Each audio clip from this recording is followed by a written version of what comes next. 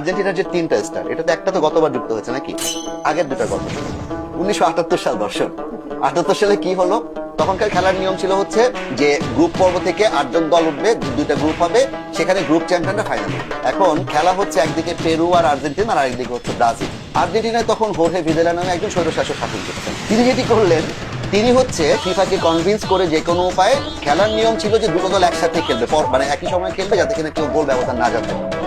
তিনি আর্জেন্টিনার খেলাটা ব্রাজিলের পরে রাখলেন, এবং যখন পেরু আর আর্জেন্টিনার খেলা হবে তখন ওই হোর্হে ভিদেলা সেই ড্রেসিং রুমে ঢুকলেন। পেরু ঢুকে সেখানে অনেক ধরনের কথাবার্তা বললেন। তখন পেরু হচ্ছে বিশ্বের অন্যতম সেরা রক্ষণভাগ, এবং সেই রক্ষণভাগ সে সময় কি করলো? 6-0 গোলে হারলো আর্জেন্টিনার কাছে, এবং আর্জেন্টিনা ফাইনাল উঠে গেল। কারণ কি, ব্রাজিলকে যদি টপকায় আর্জেন্টিনাকে ফাইনাল উঠতে হতো, তাহলে কমপক্ষে 4 গোলের ব্যবধানে জিততে হতো। সেই জায়গায় তারা 6-0 গোলে জিতল।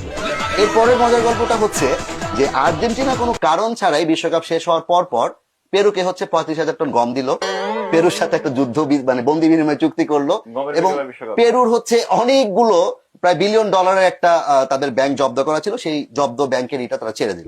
এটা হচ্ছে 78-এর বিশ্বকাপ। একটা স্টার আপনার। 2 নম্বর স্টার মেক্সিকো থেকে।